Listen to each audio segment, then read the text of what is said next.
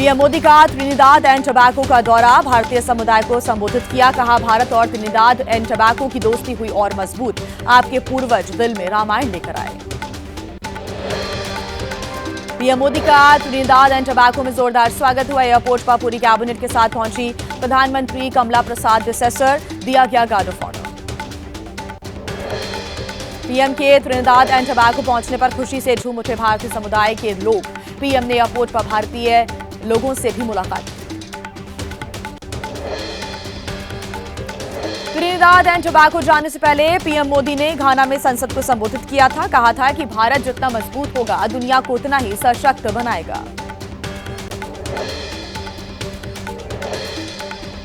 अल्पसंख्यक मामलों के केंद्रीय मंत्री किरेन रिजिजू ने कहा है कि दलाई लामा और सिर्फ स्थापित संस्था ही लेंगे अगले दलाई लामा पर फैसला। फैसले में कोई और नहीं होगा शामिल। धर्मशाला में तिब्बती धर्मगुरु दलाई लामा के 90वें जन्मदिन पर कार्यक्रम। केंद्रीय मंत्री किरेन रिजिजू और लल्लन सिंह आज जाएंगे धर्मशाला। 6 जुलाई को है दलाई लामा का 90वां जन्मदिन। केंद्रीय गृह एवं सहकारिता मंत्री अमित शाह का पुणे का दौरा। आज नेशनल डिफेंस अकेडमी के प्रशिक्षुओं से मुलाकात करेंगे, संवाद भी करेंगे। कई कार्यक्रमों में शामिल भी होंगे अमित शाह। दिल्ली में आज से 6 जुलाई तक आरएसएस के प्रांत प्रचारकों की बैठक होनी है। संघ प्रमुख मोहन भागवत भी शामिल होंगे। संगठन से जुड़े कई अहम मुद्दों पर मंथन होगा। हैदराबाद में आज कांग्रेस की अहम बैठक। खरगे 12,000 से अधिक कांग्रेस कार्यकर्ताओं को संबोधित करेंगे। तेलंगाना कांग्रेस के शीर्ष नेताओं के साथ राजनीतिक हालात पर कर सकते हैं चर्चा। महाराष्ट्र में पैसे की कमी की वजह से खुद ही खेत की जुताई करने वाले किसान की मदद। तेलंगाना के धर्मार्थ संगठन ने 1 लाख की सहायता की। एबीपी नेटवर्क ने दिखाई थी किसान की खबर। कॉमन यूनिवर्सिटी एंट्रेंस टेस्ट यानी कि यूजी 2025 का आज रिजल्ट आएगा। नेशनल टेस्टिंग एजेंसी आज घोषित करेगी रिजल्ट्स। बुधवार को जारी किया गया था फाइनल आंसर की। और आइए अब आपको फटाफट अंदाज में दिखा देते हैं अमरनाथ और कांवड़ यात्रा की बड़ी खबरें। अमरनाथ यात्रा का दूसरा जत्था पहलगाम से रवाना हो गया है। श्रद्धालुओं ने बम बम भोले और हर हर महादेव के नारे लगाए। बड़ी संख्या में सुरक्षा में तैनात हैं जवान। कड़ी सुरक्षा के बीच अमरनाथ यात्रा जारी है। आज दूसरा दिन। यात्रा के पहले दिन कल 12,000 से अधिक श्रद्धालुओं ने बाबा बर्फानी के दर्शन किए। मुजफ्फरनगर में पहचान से जुड़े विवाद में एक नया टर्न अब आ गया है। ढाबे में गोपाल बनकर काम कर रहा था तजम्मुल। एबीपी न्यूज ने कहा कि गोपाल नाम बताने के लिए होटल संचालक ने ही कहा था। पहचान विवाद में घिरे मुजफ्फरनगर के वैष्णो ढाबे के मैनेजर सुनील शर्मा ने माना कि होटल में कुछ मुस्लिम काम करते हैं। कर्मचारी तजम्मुल ने अपना नाम बताया था गोपाल। कांवड़ यात्रा में पहचान विवाद पर शंकराचार्य स्वामी अभिमुक्तेश्वर आनंद ने कहा कि किसी को अपनी पहचान बताने में क्या दिक्कत है। यात्रा के दौरान अपने साथ बाटी चोखा सतुआ कांवड़िया अपने साथ ही रखें। मुजफ्फरनगर में कांवड़ रूट पर होटल और ढाबों की जांच का मामला। ढाबा संचालक ने जताई सहमति। कहा कि हिंदू संगठनों की चेकिंग से कोई ऐतराज नहीं है। यूपी के मुजफ्फरनगर में कांवड़ रूट पर होटल और ढाबों की जांच हिंदू संगठन ढाबा कर्मचारियों की कर रही है पहचान। यशवीर महाराज ने कहा कि कांवड़ियों का धर्म नहीं होना चाहिए भ्रष्ट। कांवड़ यात्रा नेम प्लेट विवाद पर बोले उत्तराखंड के सीएम पुष्कर सिंह धामी। कहा कि लोगों की सुरक्षा को ध्यान में रखते हुए लिया गया जांच का फैसला ताकि ना हो थूक जिहाद जैसी कोई घटना। कांवड़ यात्रा विवाद पर मौलाना तौकीर रजा ने कहा कि सिर्फ मुस्लिम विरोध पर टिकी हुई है बीजेपी की पूरी राजनीति। कभी भी कांवड़ यात्रा के आड़े नहीं आता मुसलमान। नेम प्लेट विवाद पर बोले ऑल इंडिया मुस्लिम जमात के अध्यक्ष मौलाना शहाबुद्दीन रजवी। बेवजह पैदा किया जा रहा है ये विवाद। मुसलमानों को हमेशा बनाए रखना चाहिए अपने नाम और पहचान को। कांवड़ यात्रा पर बोले अखिलेश यादव। कहा कि सरकार ने इतने सालों में कभी भी कांवड़ियों के लिए कोई रास्ता नहीं बनाया जहां से वे आराम से कर सकें अपनी यात्रा। कांवड़ यात्रा पर नेताओं की बयानबाजी पर बोले यूपी के डिप्टी सीएम ब्रजेश पाठक। कांवड़ियों की आतंकियों से तुलना निंदनीय है। शरिया कानून लाना चाहती है समाजवादी पार्टी। कांवड़ यात्रा को लेकर एसपी नेता एसटी हसन की मांग। कहा कि कांवड़ियों के लिए अलग से कांवड़ पथ बनाए सरकार। यात्रा के दौरान 60 डेसिबल से ज्यादा ना हो डीजे की आवाज। और आइए फटाफट अंदाज में अब आपको दिखा देते हैं बिहार विधानसभा चुनाव से जुड़ी तमाम बड़ी खबरें। महागठबंधन में शामिल होना चाहती है ओवैसी की पार्टी एआईएमआईएम। लालू यादव को लिखी चिट्ठी, कहा कि अगर हम मिलकर लड़ेंगे चुनाव तो सेकुलर वोटों का नहीं होगा कोई बिखराव। आरजेडी प्रवक्ता मृत्युंजय तिवारी ने बिना नाम लिए ओवैसी की पार्टी को बताया वोट कटवा। कहा कि कौन दल महागठबंधन में शामिल होगा इस पर आलाकमान फैसला लेगा, लेकिन वोटों का नहीं होगा कोई बिखराव। बिहार चुनाव पर बीजेपी नेता अनिल कुमार शर्मा का बड़ा दावा, कहा कि ओवैसी आए या चंद्रशेखर नहीं पड़ता कोई फर्क, बिहार में एनडीए की ही बनेगी सरकार। चुनाव से पहले आज पटना में आरजेडी राष्ट्रीय कार्यकारिणी की बैठक। लालू प्रसाद यादव, राबड़ी देवी, तेजस्वी समेत तमाम बड़े नेता शामिल होंगे। चुनावी तैयारियों और रणनीति पर होगा मंथन। पटना में आज बिहार कांग्रेस के जिला अध्यक्षों की भी बैठक। अध्यक्ष राजेश राम चुनावी रणनीति पर करेंगे चर्चा। नेताओं से मजबूत सीटों और उम्मीदवारों के बारे में भी फीडबैक लिया जाएगा। बिहार में वोटर लिस्ट की जांच पर मुख्य चुनाव आयुक्त ज्ञानेश कुमार का बड़ा बयान। कहा पारदर्शी तरीके से चल रहा है पूरा काम, हर योग्य वोटर का नाम होगा शामिल। बिहार में वोटर लिस्ट की जांच का विरोध तेज हो गया है। महागठबंधन के नेताओं ने जहानाबाद में प्रदर्शन किया। कहा कि गरीब वोटर्स को चुनाव से दूर करने की हो रही है साजिश। वोटर लिस्ट की जांच पर कांग्रेस नेता पवन खेड़ा ने कहा कि बिहार में सिर्फ 2.8% लोगों के पास जन्म प्रमाण पत्र है। सरकार से नाराज लोगों के नाम काटने की हो रही है साजिश। वहीं बिहार कांग्रेस प्रभारी कृष्णा अल्लावरू ने वोटर लिस्ट की जांच पर सवाल खड़े किए। कहा चुनाव आयोग ने खुद कहा कि इससे 20% हट जाएंगे वोटर्स, ये बहुत भयानक बात है। वोटर लिस्ट की जांच पर बोले प्रशांत किशोर। कहा चुनाव आयोग ये बताए कि क्यों किया जाना चाहिए ये कार्य, सभी को मालूम होना चाहिए कि किसका नाम जोड़ा जा रहा, किसका हटाया जा रहा। वोटर लिस्ट की जांच पर एलजेपी सांसद शांभवी चौधरी ने कहा कि राहुल गांधी खुद चाहते थे कि वोटर लिस्ट में संशोधन हो। विपक्षी पार्टियों ने चुनाव से पहले ही मान ली है अपनी हार।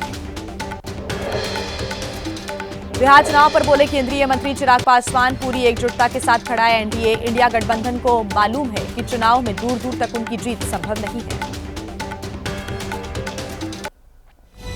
और आइए अब आपको फटाफट अंदाज में दिखा देते हैं बाढ़ बारिश की तमाम बड़ी खबरें फटाफट अंदाज में। आज भी कई राज्यों में बारिश का अनुमान है। अगले 24 घंटे के दौरान 4 राज्यों में भारी बारिश की चेतावनी। मध्य प्रदेश से लेकर पूर्वोत्तर भारत तक हल्की से मध्यम बारिश का अलर्ट जारी किया गया। महाराष्ट्र के कई शहरों में बारिश का सिलसिला जारी है। मुंबई के कई हिस्सों में बारिश के बाद हुआ जलभराव। ट्रैफिक की रफ्तार धीमी पड़ी, लोग हुए काफी परेशान।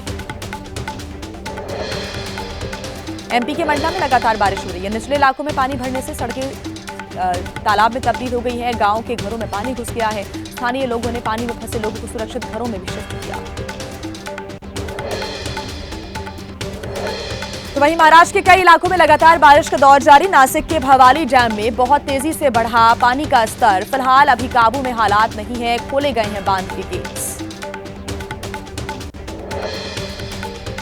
नवादा में पानी के तेज बहाव में बहा 10 साल पुराना पुल। रास्ता खत्म होने से कई गांव के लोगों को करना पड़ रहा है लंबा सफर।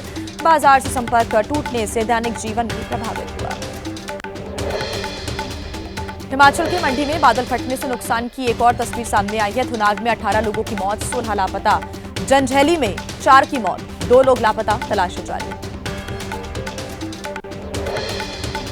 मंडी में फ्लैश फ्लड से कुछ इलाकों में संपर्क टूट गया है। जंजैहली में अभी भी फंसे हुए 60 से 70 पर्यटक। रेस्क्यू ऑपरेशन में जुटी हुई है 120 जवान और अफसरों की टीम्स। तो वहीं मंडी में बारिश के मौसम की शुरुआत में ही तबाही देखने को मिल रही है। फंसे हुए लोगों को सुरक्षित स्थानों पर पहुंचा रही है रेस्क्यू टीमें। गर्भवती महिला को चारपाई के सहारे एसडीआरएफ जवानों ने सुरक्षित पहुंचाया। मंडी के बस्ती इलाके में बहुत ज्यादा नुकसान हुआ है। प्रभावित लोगों से मिलने के लिए बीजेपी नेता जयराम ठाकुर पहुंचे।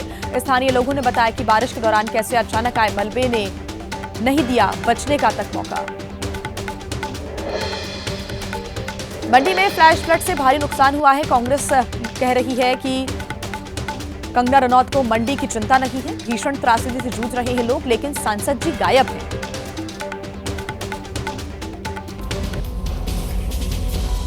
और आइए अब आपको दिखा देते हैं देश की तमाम बड़ी खबरें फटाफट अंदाज में। दिशा सालियान मौत मामले में आदित्य ठाकरे को क्लीन चिट मिल गई है। बॉम्बे हाई कोर्ट में सरकारी वकीलों ने कहा कि दिशा की मौत एक आत्महत्या थी, हत्या या फिर यौन उत्पीड़न के कोई सबूत नहीं मिले। दिशा सालियान मौत मामले में क्लीन चिट मिलने के बाद बोले आदित्य ठाकरे, मुझे बदनाम करने की थी यह साजिश। मैं ऐसे मुद्दे पर क्यों करूं बात जो मुझसे संबंधित ही नहीं है।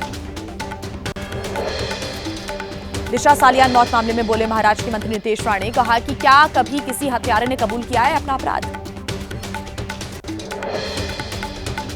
मुंबई के घाटकोपर में बर्थडे पार्टी के दौरान खुलेआम तलवार लहराई गई। शिवसेना उद्धव गुट के नेता समेत 2 पर केस दर्ज हुआ। 27 जून को हुई पार्टी का सोशल मीडिया पर वायरल हुआ था एक वीडियो। यूपी में सरकारी स्कूलों के विलय का मामला, इलाहाबाद हाईकोर्ट की लखनऊ बेंच में सुनवाई। ऐसे में एक सरकारी स्कूल के छात्रों के अभिभावकों ने दायर की है याचिका। यूपी के सरकारी स्कूलों के विलय के फैसले पर बोले एसपी नेता शिवपाल यादव, कहा कि बीजेपी सरकार ने शिक्षा को कागजों में समेट दिया है। स्कूलों को वीरान करने के बाद अब ताला लगा दिया गया है।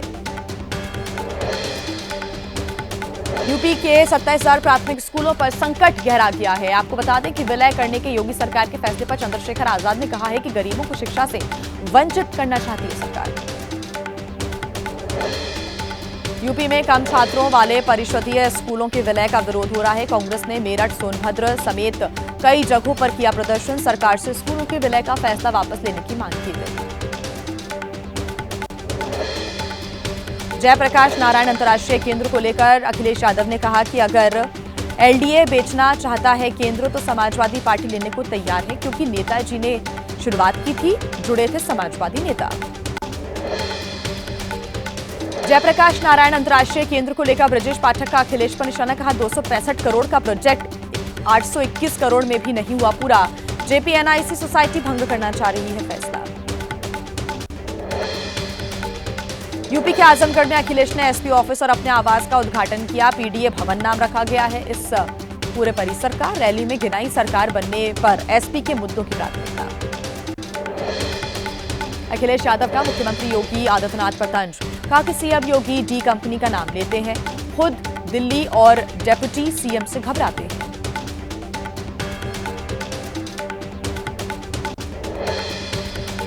अखिलेश यादव के डी वाले बयान पर बीजेपी का पलटवार। पार्टी प्रवक्ता मनीष शुक्ला ने कहा कि अभी राजनीति का कहकरा पढ़ रहे हैं अखिलेश, नहीं समझते हैं वो सियासत। और आइए अब आपको बता देते हैं कि आपके राज्यों का क्या हाल है। देखिए अलग अलग राज्यों की बड़ी खबरें फटाफट अंदाज में। मध्य प्रदेश में 27% ओबीसी आरक्षण नहीं लागू करने का मामला। सुप्रीम कोर्ट में आज सुनवाई होगी। पिछली सुनवाई के दौरान राज्य सरकार के रवैये पर जताई गई थी नाराजगी। मथुरा शाही ईदगाह मस्जिद पर आज आ सकता है बड़ा फैसला। इलाहाबाद हाईकोर्ट ने 23 मई को सुरक्षित रख लिया था अपना आदेश। हिंदू पक्ष ने की है मस्जिद को विवादित ढांचा घोषित करने की मांग। जयपुर के महारानी कॉलेज में 3 मज़ारों से जुड़ा हुआ विवाद। जिला कलेक्टर ने बनाई 6 सदस्यीय जांच कमेटी। प्रिंसिपल को बनाया गया नामित सदस्य। भुवनेश्वर नगर निगम के अतिरिक्त आयुक्त पर हमले का मामला। 14 दिन के न्यायिक हिरासत में वरिष्ठ बीजेपी के जगन्नाथ प्रधान हैं। बीजेपी नेता के इशारे पर हमला करने का आरोप लगाया जा रहा है। बांसवाड़ा में शिक्षिका का हत्या के आरोपी अब तक फरार हैं। जंगलों में तलाश रही है पुलिस। 1 जुलाई को बस स्टैंड पर दिन दहाड़े तलवार घोंपकर की गई थी हत्या।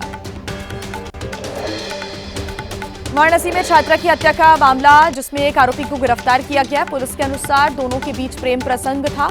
ऐसे में युवती लगातार पैसे देने का दबाव बना रही थी। राजा रघुवंशी की हत्या के मामले में राजा के भाई ने कहा कि पुलिस को 2 मंगलसूत्र मिले हैं, जिनमें से एक ही हमने दिया था। दूसरा मंगलसूत्र यदि राज ने नहीं दिया तो फिर आखिर किसने दिया। इंदौर में हिंदू संगठनों ने 2 मुस्लिम युवकों को पुलिस के हवाले किया। हिंदू बनकर लड़कियों को झांसे में लेते थे आरोपी। एक ने कहा कि युवतियों को फंसाने के लिए पार्षद ने दिए थे 2 लाख रुपए।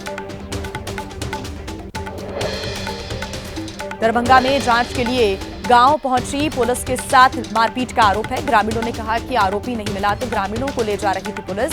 रोकने पर पुलिस ने भांजी लाठियां, फायरिंग भी की गई।